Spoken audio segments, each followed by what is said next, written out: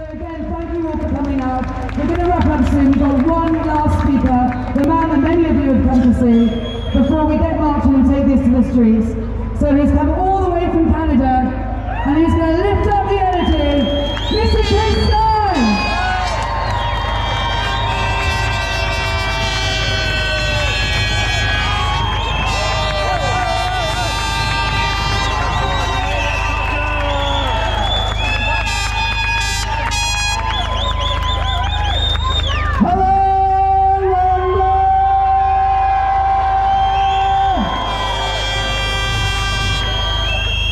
I can't tell you how good it feels to say that.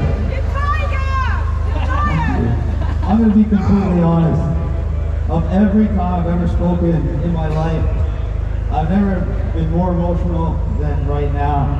The combination, this location, at this bank, in this city, with you people, after being a prisoner in my own country, Justin Trudeau's Canada, for about the last year. To say that it's an honor to be here would be the understatement of the year. Thank you very much.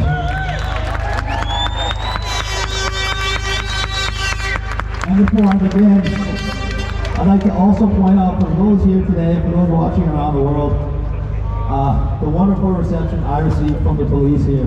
The liaison actually coming up to me and saying that they're here today to preserve our right of free speech, because everybody has the right to say what they need to say.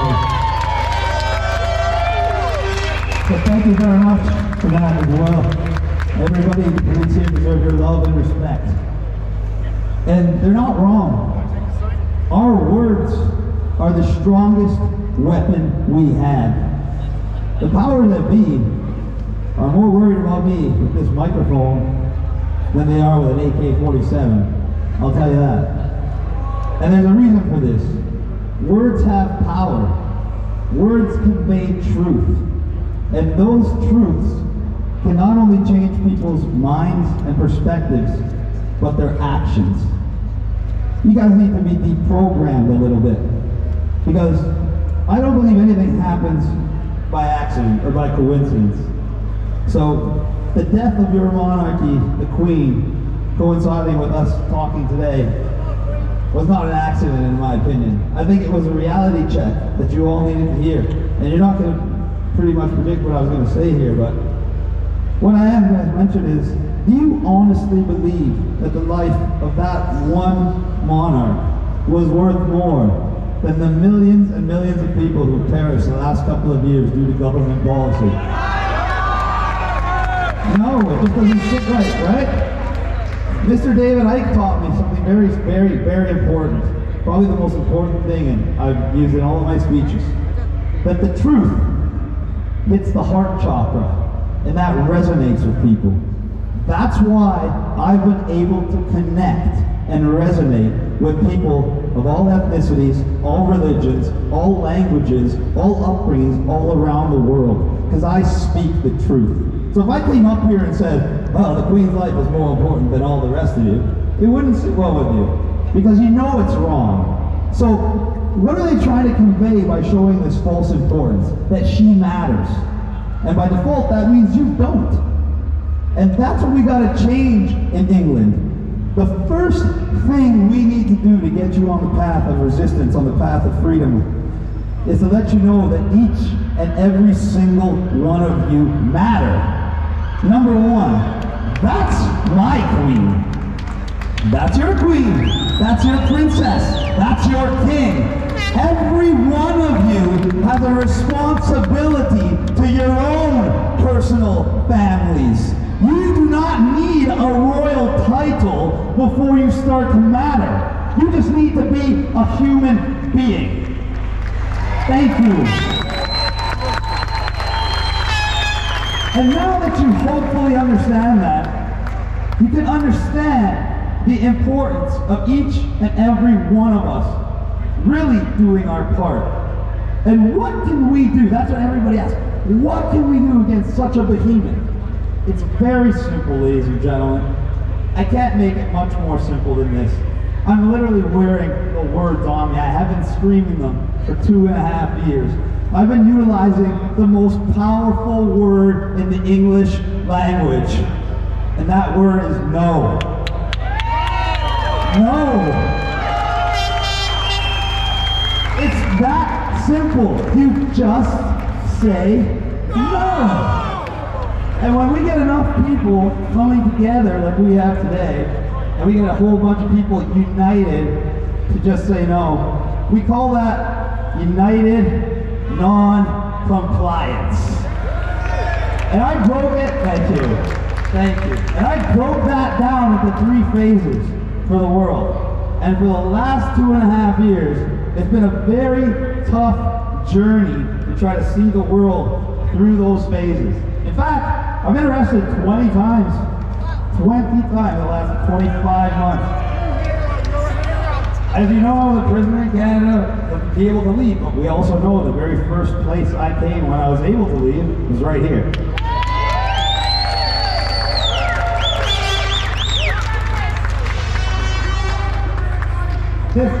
I've never felt more welcome than anywhere in my life. But the first phase of United Non-Compliance was the global awakening.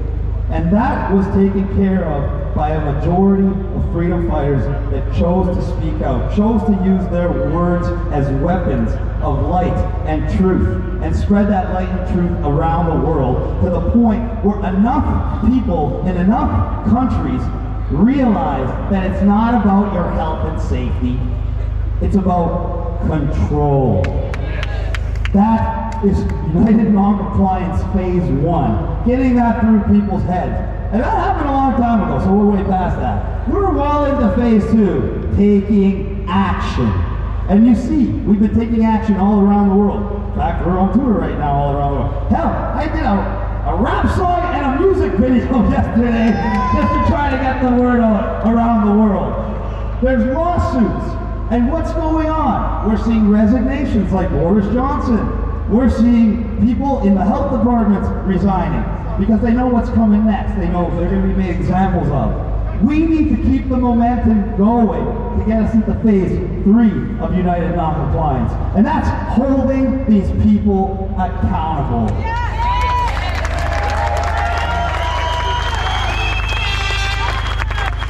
And we can talk all day long about who's responsible and why, but the reality is, it's irrelevant.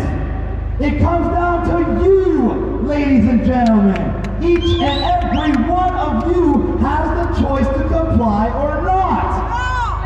And the vast majority chose to comply over the last few years. We're nowhere closer to freedom, but we're a lot closer to digital ID. We're a lot closer to universal basic income, and we're a lot closer to a technocratic tyranny like nothing we've ever witnessed in our lives. Now, don't fret. We are alive at the most important time in human history, and we all are blessed for that. And we all have choices to make. The number one thing I've heard from people in the last 3 years, I didn't have the choice. I had to do it for work. I had to do it to go see my family. No, you did have a choice. Everybody that chose decided to choose the path of least resistance. They decided to go against what they knew was right. They took the easy way out.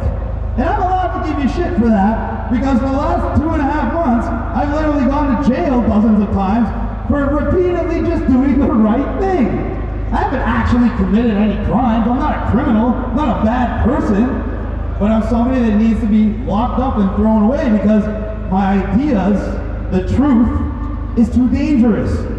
And you can't argue with somebody who's telling the truth, can ya?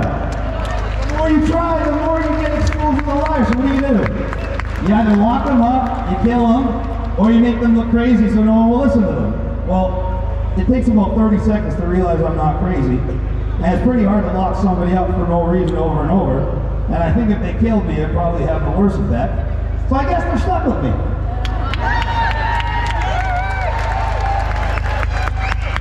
Because we had a little something called the trucker convoy in Canada.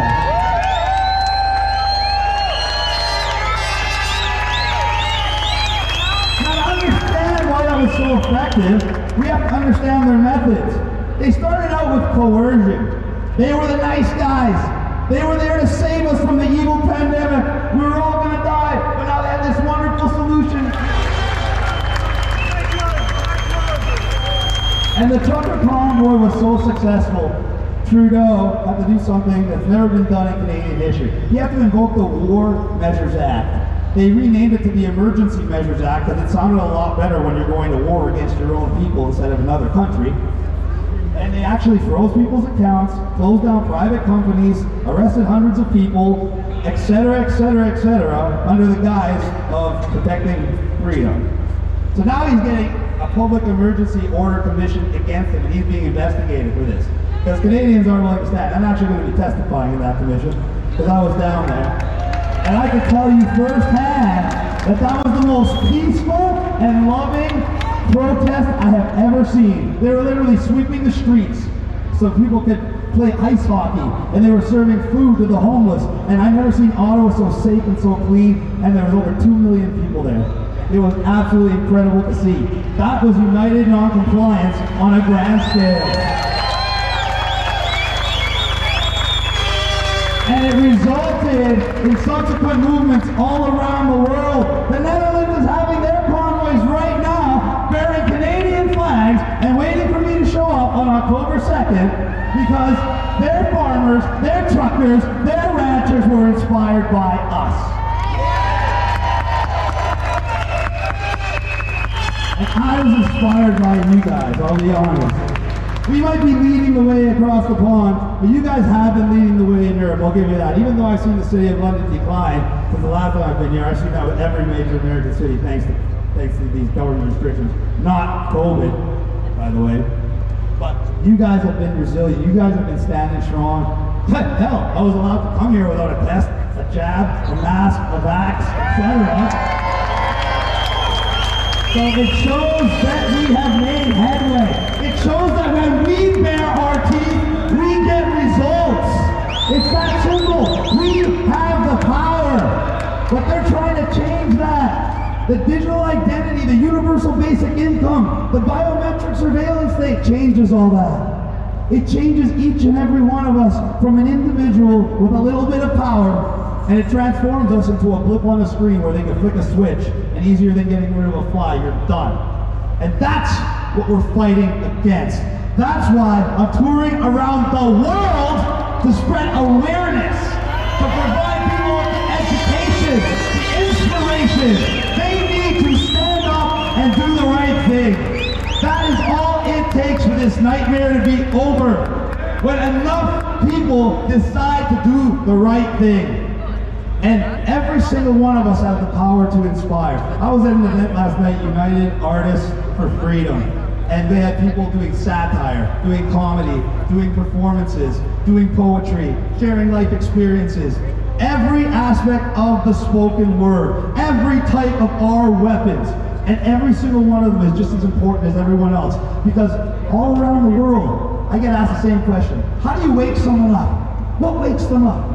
That's the billion-dollar question. And the answer is, everybody has a different trigger. It's that simple.